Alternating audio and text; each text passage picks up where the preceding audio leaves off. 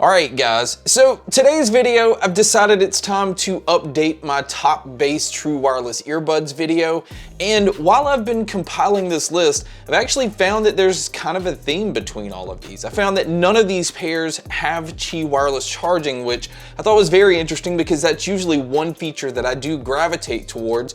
And then another thing is all of these pairs use button controls except for one. Now, before I actually start the list, I do want to point out that these are not the full-on reviews. If you do want to check out the original reviews, I'll have links to those in the description. Also, keep in mind there's tons of earbuds that I don't get to try, even though I do try out as many as I possibly can on this channel. So this is just my opinion based off the ones that I've tried. But if you think there's some that I should check out or you think I missed anything, definitely let me know in the comment section. But let's go ahead and jump into this list. And really there's not an actual order that I would put these in because I think they're all incredible when it comes to bass. But the first one that I'm gonna start with is the Soundpea Sonic. I still feel like this is one of the best value when it comes to bass earbuds.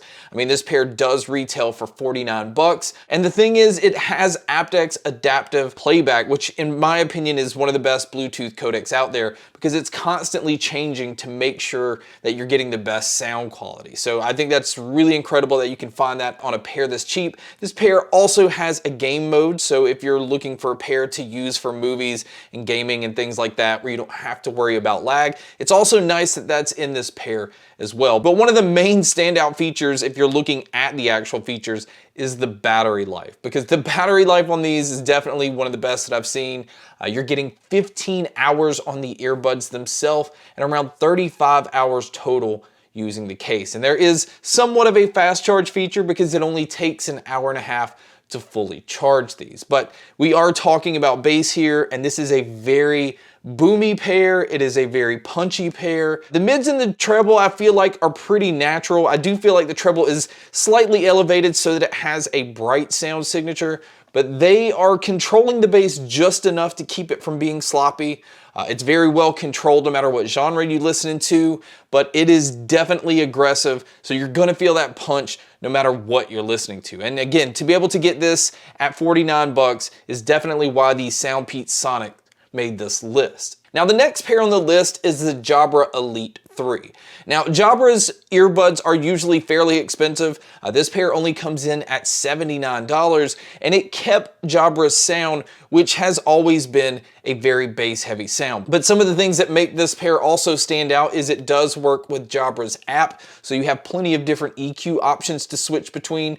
This pair also has an ambient mode, which you usually find in noise-canceling earbuds, and the ambient mode is really great on this pair. I found that it makes it where you could use these environments where you just need to hear your surroundings a little bit better. It's easy to carry on a conversation, and I like that they included this without actually having to have active noise canceling. Now, as far as the battery life on this pair, it's obviously not as impressive as the Soundpeas, but you are getting 7 hours on the earbuds themselves and around 28 hours total using the case. Now, this pair also has a fast charge feature where a 10-minute charge will get you an hour's worth of use. But when it comes to the sound to this pair, this is one of the bassiest and least controlled pair on the list. And what that's doing is it does make the sound signature slightly warm compared to some of the others.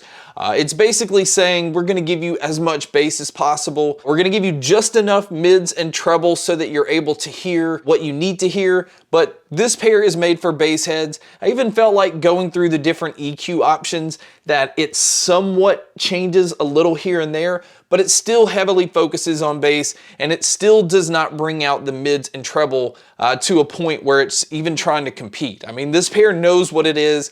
It sticks to being a bass heavy pair, and it actually is just a fun pair to listen to, but this is definitely not even close to being for audio purists. But if you're a bass head, this is why I put the Jabra Elite 3s on this list. Now, the next pair was also an interesting pair for me. I'm a huge Sony fan. I like a lot of the earbuds that they've put out, but I do feel like there's some features that jack up the cost when it comes to their earbuds. I mean, a lot of people are interested in the Sony WF1000 XM4s, but it's $280. A lot of people are not gonna spend that kind of money. So when Sony came out with the WFC500s and came in at a price of only 99 bucks, although this pair does go on sale, you know, pretty much all the time. In fact, right now I think it's only 78 bucks. I think this is a very interesting pair because it doesn't have active noise canceling, but it does work with Sony's app, which in my opinion is one of the best apps out there on the market. So you're getting a lot of different controls over a bunch of different things. The EQ system in Sony's app works fantastic, and battery life on this pair was also very impressive because on the earbuds themselves you're getting 10 hours, where with the charging case you're getting about 20 hours total, which that part's not necessarily impressive. But it also has a fast charge feature where a 10-minute charge will get you an hour's worth of use. And this pair also was kind of surprising because it's using fairly small drivers. I think they're like 5.7 or 5.8 millimeters, but they're definitely being pushed to the max. I mean, this is slightly more boosted than the XM4s, but it still kept the clarity of the XM4s. This is one of the cleanest sounding pairs that have this punchy bass. The bass has quite a bit of impact, but it is still fairly controlled. It's not allowing it to just come in and roll over everything, but it still has quite a bit of impact. And if you don't need active noise canceling, I would lean most people in the direction to checking out this pair, especially being able to pick them up under $100 over the $270 or $280 of the XM4. So this pair, even with being a Sony pair, which again usually is a more expensive pair of earbuds, comes in with quite a bit of value, especially considering all the features that you get. But being able to get this bass heavy, very clean sounding earbud, this is why I put the Sony WFC500s on this list. Now the next pair on the list is one of those that definitely surprised me while I tested them. And this one is the most expensive pair on this list, coming in at 99 bucks, and that is the Palm Buds Pro. But what made this pair special is it had active noise canceling and an ambient mode that is very comparable to the AirPods Pro, which obviously is a much more expensive pair. And this is the one pair on the list that actually uses touch control. So all of the other ones on the list use button controls. And this is also the one pair on the list that doesn't give you control over everything, because this is oddly one of those pairs that doesn't give you volume control. But when it comes to the battery life on this pair, you're getting around 6 hours on the earbuds and around 24 hours using the case. But why I feel like this pair is special is not only is it a very powerful pair when it comes to bass, this is also one of the most spacious sounding pairs that I've tested in any pair of earbuds. I mean, it is very comparable to all of the different Sennheiser earbuds that I've tested, and I do feel like those are the most open sounding.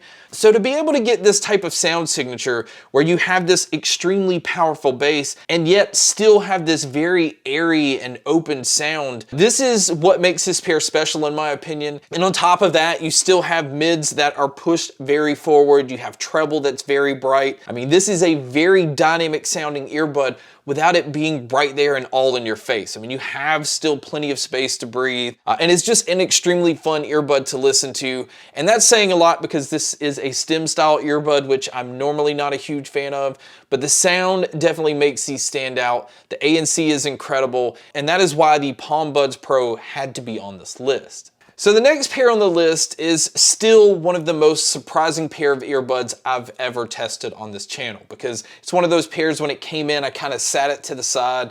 I didn't get to it right away, and it sat there for a little bit because I didn't expect a whole lot out of it. It's one of those I kind of judged before even testing, and I regretted that because the FlyBuds C1 is still one of the best values in true wireless earbuds, not even just bass heavy earbuds, just earbuds in general, because this pair does retail for 69 bucks, but right now on Amazon you can actually pick them up for only 48 bucks. And this is one of those pairs that has aptX playback. It gives you plenty of different ear tips. In fact, there's actually 2 different styles of ear tips, which does affect the audio quality. It will give you a little bit more bass if you use one, and it will kind of tone it down a little bit if you use the other. And that's important because this pair doesn't work with an app. This pair also has some of the best battery life because it does give you that 12 hours of battery life on a single charge, and is giving you around 50 hours total using the case. And on top of that, it even has a fast charge feature where a quick 10-minute charge will get you an hour and a half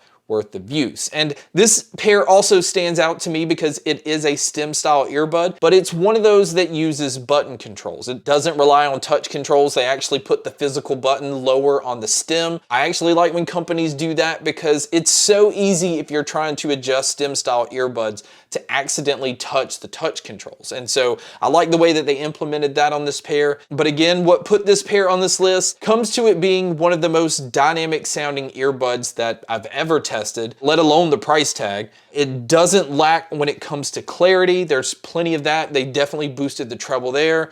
The mid sound fantastic. I mean, this is one of those that makes guitars stand out. It makes vocalists stand out. But then when it comes to the bass, it's not one of those that's just going to hit and resonate for a little bit. It's gonna punch, it's gonna hit hard, and then it's gonna move on to the next bass note. And what makes that important is if you're somebody that listens to metal or genres where there's just a lot going on or it's just very fast, this pair has absolutely no issue with being able to keep up. It keeps up with a quickness, it keeps everything sounding clear, and it's just easy to recommend to pretty much anybody because it works across all genres. But being able to get these features and get a sound signature like this is definitely why the FlyBuds C1 are on the list. Guys, that wraps up my top bass true wireless earbuds. These are not full-on reviews, but a video that I wanted to do to just kind of update from my last best bass true wireless earbuds video. So guys, thank you so much for checking out this video. Thank you so much for checking out all the other videos. And as always, make sure to stay tuned for more.